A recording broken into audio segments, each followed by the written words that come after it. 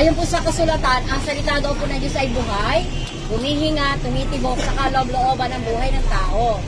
Mas matalas at mas mabisa pa kaysa anumang tabak na magkabila ay talim. Ito ay tumatagos sa paghihiwalay ng kaluluwa at espiritu ng mga kasukasuan at utak sa buto, at ito ay nakakatalastas, nakakaalam ng mga iniisip at binabalak ng puso ng tao. Walang maikukubli sa Diyos, lahat hayag lantad sa kanyang paningin, at sa kanya ang bawat isa, lahat po, bawat isang nabuhay sa daigdig na ito, magbibigay sulit sa Diyos. Kaya po napakahalaga na maunawaan po natin yung nakapaloob na kasaysayan ng pag-ibig ng Diyos sa bawat isa na nasusulat sa kasulatan o sa tinatawag na Biblia. Sabi po niya, ang kanyang pag-ibig ay napakadakila. Ipinagkaloob niya yung kanyang kaisa-isang anak na si Kristo Jesus upang ay sino mang sumampalataya sa kanya magkakaroon ng tinatawag na buhay na walang hanggan, at hindi na siya magkakaroon ng kahatulan doon sa tinatawag na apoy ng kapahamakan. Wala pa naman po talagang nakarating ng impyerno sa ating mga taong nabuhay, pero merong isang taong kakaiba na lumusong sa impyerno para sa katubusan ng bawat isa. Kung may pananampalataya po tayo sa Diyos na buhay, meron siyang ipinadalang anak, si Kristo Jesus, siya po yung pumunta ng impyerno na nakalabas muli dahil siya ay Diyos. Meron po akong mga tatalakayin na mga salita na nakapaloob po sa tinatawag na kaligtasan para sa lahat. Mayroon pong tinatawag na the incarnate God o yung Diyos na nagkatawang tao. Pangalawa, yung the gospel of Christ, kung saan may nakapaloob na 4 na mahalagang kasaysayan. Yung pong pangatlo, yung tinatawag pong spiritual rebirth o being born again o yung pagkasilang na muli. Yung pong pang-apat, yung pong tinatawag na pananampalataya. Ano ang pananampalataya? Saan galing ang pananampalataya? Sino ang pananampalataya? Paano darating ang pananampalataya? At bakit napakahalaga ng tinatawag na pananampalataya? At yung huli po, yung tinatawag na redemption through Christ. Yan po yung mga bagay na maririnig nyo po sa mga sasabihin kong pagbabahagi sa inyo ng napakayaman at napakadakilang salita ng Diyos. Marami na po tayong nabasang aklat mula nung mga nagsipag-aral sa pasimula hanggang sa ating edad ngayon. Alam ko yung iba hindi na nagbabasa. Ngunit, yung po bang love letter ng Diyos kung saan mayroong 66 na aklat, 66 in 1, nabasa nyo na po. Ito po yung pagsumikapan ninyo kasi yan po yung ating hangganan na patutunguhan. Yung relasyon po natin na tinatawag na eternity o eternal life, sa Diyos po natin masumpungan yan. At kung siya po ang gusto nating makasama, napakahalaga po naman na kilalanin natin siya. Huwag lang po tayong nabuhay na walang layunin. Huwag po tayong nabuhay na hindi natin nakilala yung Diyos na nagpakilala sa atin. So yung po the incarnate God o yung Diyos na nagkatawang tao. Ang Diyos po naghanda ng isang katawan sa pamamagitan ni Kristo Jesus. Dahil siya ay Diyos, hindi siya maaaring mamatay. Dahil siya ay espiritu at katotohanan, inihanda niyang isang katawan sa pamamagitan ni Kristo Jesus. Upang ang sino mang sasampalataya sa kanyang gagawin o ginawa na, natapos na, nakatubusan sa ating mga taong makasalanan, ay magkakaroon ng katubusan tungo sa buhay na walang hanggan. Ginawa rin po ng Diyos na nagkatawang tao, yun pong tinatawag na mga kautusan na perfect. Wala po tayong nasunod dyan kahit isa. Mababasa niyo po dyan, ang kautusan sabi, huwag kang papatay. Maring nasabi mo, wala ka pang napatay. Pero sa harapan po ng Diyos, sabi niya sa aklat ng unang Juan, kapag ang isang tao minumura, nilalait, pinagsasalitaan ng lahat ng uring masama, no, punong-puno ng galit, sa mata po ng Diyos, yan ay kanya nang pinapatay. Ganyan po kabigat ang kasalanan. Kaya ngayon po, yan po yung una ko ipinahayag sa inyo. The incarnate God o ang Diyos na nagkatawang tao na walang iba kundi si Kristo Jesus. Sa pasimula, ang salita at ang salita ay kasama ng Diyos at ang salita ay Diyos mismo. Nagkatawang tao ang salita na buhay sa kalagitnaan natin. Sino yun? Si Kristo Jesus nga po. At yung pong pangalawa, yung pong tinatawag na spiritual rebirth. o yung po tinatawag na born again o pagkasilang na muli. Yan pong salita na yan, hindi po sa tao nagmula yan. Hindi po yan relihiyon. Yan po ay sinabi ng Panginoon dahil may dahilan siya kung bakit niya sinabing kailangan maisilang muli ang tao sa pamamagitan ng tubig at espiritu. Yan po ay isang uri ng figurative o symbolic yang isisilang muli sa pamamagitan ng tubig at espiritu. Yan pong tubig na yan, kinakatawan po yan ng salita ng Diyos na siyang lilinis sa karumihan ng tao. Espiritu, sa pamamagitan po ng banal na espiritu. Kaya po sabi niya, kailangan maisilang muli ang isang tao sapagkat lahat po ng tao nagkasala, walang nakaabot, isa man sa pamantayan ng Diyos. At ang hinihinging kabayaran ng kasalanan ay kamatayan. Physical death. Kaya po ang tao namamatay. Dahil sa ginawang kasalanan ng unang tao, si Adan at si Eva. Kaya ngayon po ang Diyos, sabi niya, kailangan maisilang muli ang isang tao. Yan po yung sinabi ng Panginoong Jesus sa John chapter 3, mula verse 3 hanggang 8. Pero ang tanong, bakit sinabi ng Panginoon na kailangan maisilang muli ang isang tao? Pag binasa niyo po yung Efeso chapter 2, 1 and 5, sabi po doon, patay ang espiritu ng tao dahil sa gawain ng kasalanan at pagsuway. So, ang tao po, sabi ng Panginoong Jesus, may patay na espiritu sa loob ng kanyang katawan. Kaya po yung mga napapanood yung mga zombies, palabas po yan, nakikita nyo, buhay pero pumapatay. Walang damdamin, basta ang gagawin niya manakit. Yan po ang kalagayan ng tao na may patay na espiritu. Ano po ang kalagayan ng taong may patay na espiritu? Sila po yung taong masasabi nating mapagmataas, mayayabang, mapagmalaki. Sila yung mga taong dahil sila ay mayroong position at may connection, talagang nakakapagmalaki sila. Yung mga tao na mayroong tinatawag na possession, marami silang ari-arian at meron silang provision. Maring may trabaho, malaki ang sweldo, mayroon siyang negosyo, o mayroong nagpapadala sa kanya ng malaking pera. Yan po ang tinatawag na kayabangan. Ano pa ang kalagayan ng taong may patay na espiritu?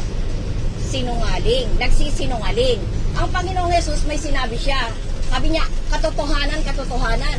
Ako ang katotohanan, ako ang buhay, ako ang daan. Yan po ang sabi ng Panginoong Jesus. At sabi niya naman po, si Satanas daw po ay ang ama ng mga sinungaling. Ngayon po, wala namang gustong tatay si Satanas. Pero kapag ang isang tao, meron siyang patay na espiritu, napakadali lang para sa kanya ang magsinungaling. Ang gumawa ng mga salitang hindi totoo, manira. At yung isa pa, yung inggit. Ang tao po, pag naiinggit, hindi niya alam na naiinggit siya. Pero, naiinis siya dun sa tao. Ginagawa niya ito ng kwento upang kunin ng simpatsya ng kausap niya.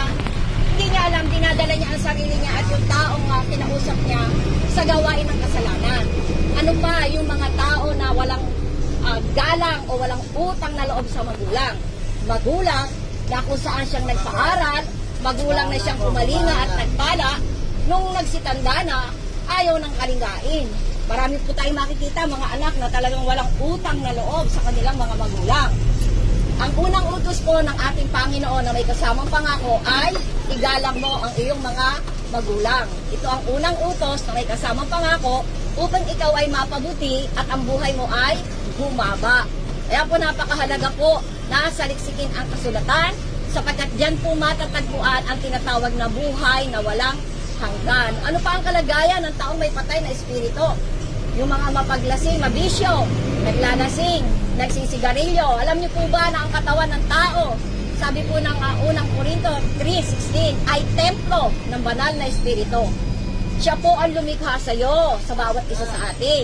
Kaya po yung mga katawan natin na tirahan, na may nakatirang espiritu, ay kinakailangan po natin ingatan yan upang magamit ng Diyos sa tamang plano at layunin.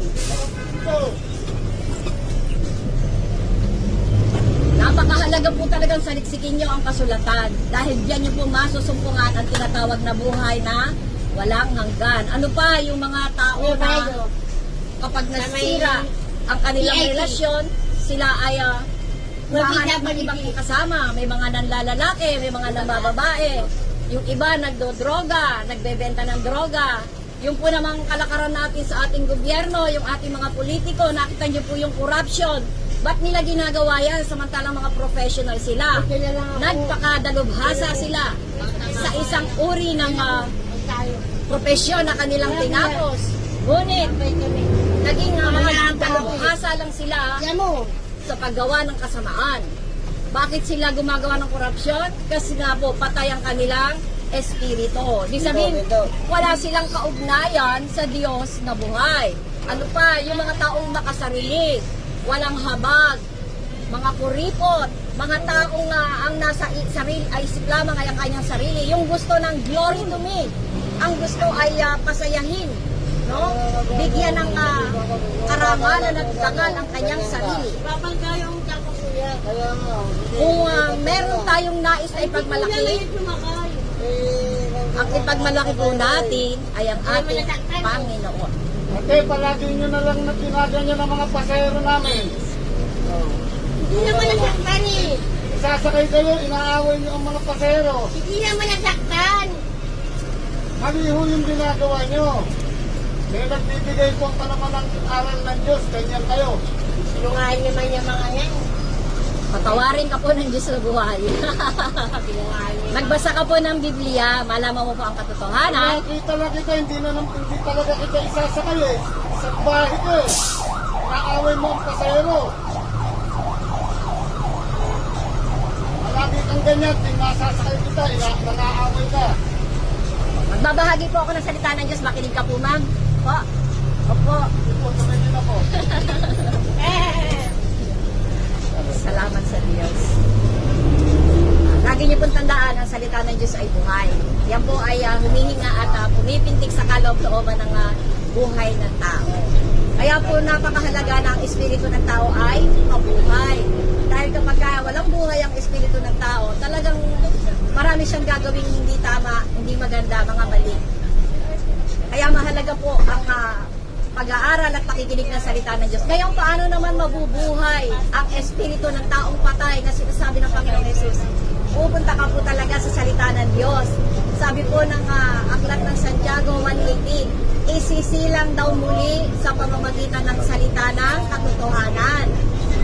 Isisilang muli sa pamamagitan ng paglilinis at pagbabagong likha ng banal na espiritu. Mababasa naman po yan sa Titus 3:5. Ang gagawa po ng pagsisilang na muli, salita po ng Diyos. Kaya po saliksikin niyo po yan. Nandyan po nakapaloob ang salita ng buhay. Yan po ang itatatak niya sa atin upang kapag dumating tayo sa hangganan, meron tayong buhay na walang hanggan. Kaya po, akin po kayong ini-encourage, kilalanin niyo po yung Diyos na nais mong makasama sa hangganan ng buhay na mayroon ang bawat isa. Yun naman po pananampalataya. Ano ang pananampalataya? Sabi po ng Hebreo 11:1, ang pananampalataya ay kapanatagan sa mga bagay na hinihintay. May mga hinihintay po pero panatag dahil sa pananampalataya. Katiyakan sa bagay na hindi pa nakikita. Hindi pa natin nakikita pero may pag-asa. Katulad po ba nung magsasaka? Mayroon lang siya binhi na walang kaibahan sa pananampalataya. Yung binhi na yan, alam niya na kapag itinanim niya sa lupa, yan ay tutubo, lalago, at yan ay magkakaroon ng bunga at siya ay aani. Ganyan po ang pananampalataya. Mayroon po tayong pananampalataya na kung makikinig tayo sa tinig ni Kristo Jesus, tayo ay magkakaroon ng tinatawag na buhay sa Espiritu, magkakaroon tayo ng kaugnayan sa Kanya, babaguhin niya, lilinisin ang ating mga kaisipan, at higit sa lahat, pagdating natin sa hangganan, meron po tayong tinatawag na buhay na walang hanggan. Saan galing ang pananampalataya? Mula sa langit, ibinaba ang pananampalataya. Yan po yung sinabi ko nung una, the incarnate God. Si Kristo Jesus po. Dahil ang Diyos nga ay Espiritu, hindi siya mamamatay, naganda siya ng isang katawan para maganap ang katapusan sa ating mga kasalanan. Kasi lahat po tayo makasalanan. Lahat. Isa lang ang walang kasalanan na nabuhay sa daigdig, si Kristo Jesus. Dahil hindi siya nilikha sa pamamagitan ng gawain ng tao. Siya ay nilikha sa pamamagitan ng banal na espiritu na inililim kay Maria upang malikha ang kanyang sarili. Ngayon po, paano darating ang pananampalataya? Ang pananampalataya po darating sa pamamagitan ng pakikinig at pakikinig ng salita ni Kristo. May salita na po si Kristo, nandyan na po sa Biblia, saliksikin nyo lang po. Dahil sabi niya, sinasaliksik nyo ang kasulatan dahil naniniwala kayo. Diyan nyo masusumpungan ang tinatawag na buhay na walang hanggan. Ngayon, bakit mahalaga ang pananampalataya? Sobrang halaga po. Sabi po ng Hebreo 11:6, kung walang pananampalataya, hindi po natin mabibigyan ng kaluguran ang Diyos na buhay. Isipin niyo po ang Diyos. Isa siyang Diyos. Ibinaba niya ang kanyang sarili sa pamamagitan ng katauhan ni Kristo Jesus. At dahil doon, hinanap niya ang hinihingi ng kautusan. Ang kautusan po, perfect, wala tayong nasunod. Kaya po nung siya po ayan, napako sa krus, lahat po ng mga bisa na mayroon sa kautusan, kasama na pong napako doon. Hindi na po tayo maaaring singilin pa ng kautusan dahil ginampanan na po ni Kristo Jesus ang lahat ng hinihingi nito. Pangalawa, yung pong katubusan na ginawa niya. Naging tao siya sa loob ng 33 taon. Siya ay namatay, siya ay inilibing, siya ay muling nabuhay. Yan po yung dapat nating sampalatayanan na ginawang kadakilaan ng anak ng Diyos na si Kristo Jesus. Siya ay pinagbintangan, siya ay binugbog, dinuraan, hiniya nung pagsugalan yung kanyang kasuotan, at siya ay ipinako. Yun yung hangganan. Ipinako sa krus kung saan ang kanyang dugo umagos, ang kanyang dugo ay nabuhos, at ang kanyang dugo ay naubos. At bago malagot ang kanyang hininga, sabi niya, it is finished. Naganap na niya, natapos na niya ang katubusan sa mga tao na sasampalataya sa Kanya. Dahil ang transaksyon po ng Diyos para sa bawat isa dito po sa lupa. Kapag ang isang tao namatay na, wala nang transaksyon. Dahil ang Panginoong Jesus, nakarating nga siya ng impyerno. Sabi niya, ang impyerno mayroong pintuan para makapasok ang espiritong hinatulan. Ngunit, wala nang pintuan ng impyerno para makalabas pa ang espiritong nakabilanggo doon. Ang tanong po ngayon, sa loob ng 3 araw na ang Panginoong Isus ay patay, nasa loob ng libingan o ng isang kuweba, nasaan ang kanyang espiritu?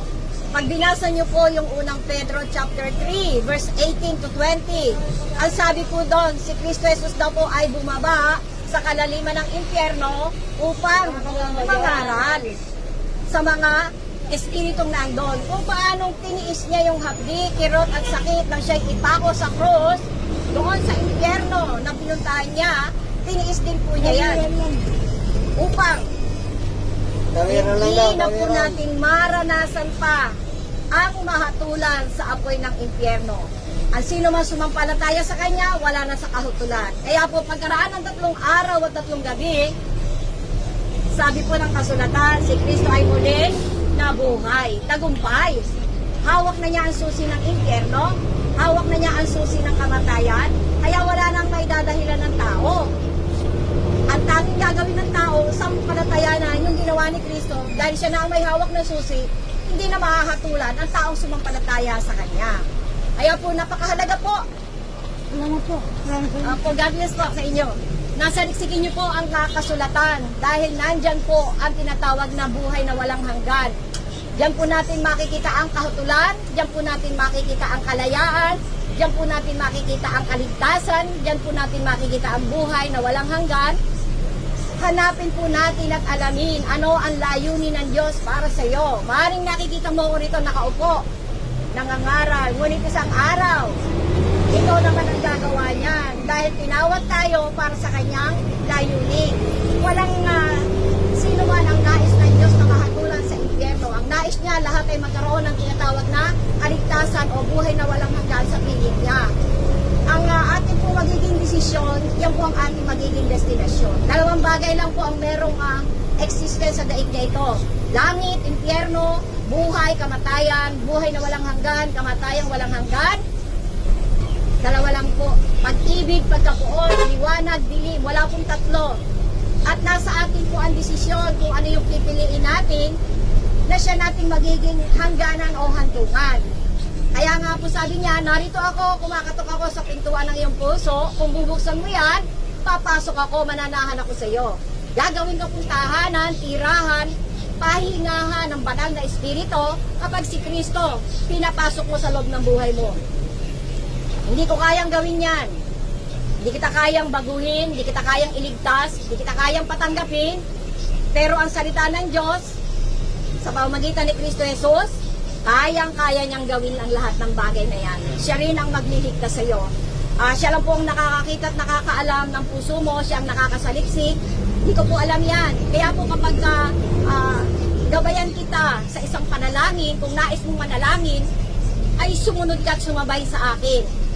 Umikit ka, isipin mo yung Diyos na nasa langit, na siyang gagawa ng pagpapala sa iyong espiritu upang magkaroon ng buhay na kaugnayan sa Kanya. Sabi nga po ng Panginoong Hesus sa Lucas 11:13, masakit-sakit po ito. Sabi niya, kayo, bagamat kayo'y mga masasama, kasi masama talaga tayo dahil sa gawa ng kasalanan, marunong kayong magbigay ng mabuting bagay sa inyong mga anak, gaano pa ang inyong amang nasa langit ang magbibigay ng kanyang banal na espiritu sa mga humihingi nito sa Kanya. Kaya po ikaw po ang hihingi, ikaw po ang gagawa ng kaparaanan kung paano mo bubuksan ang puso mo sa Panginoong Hesus. Manalangin po tayo.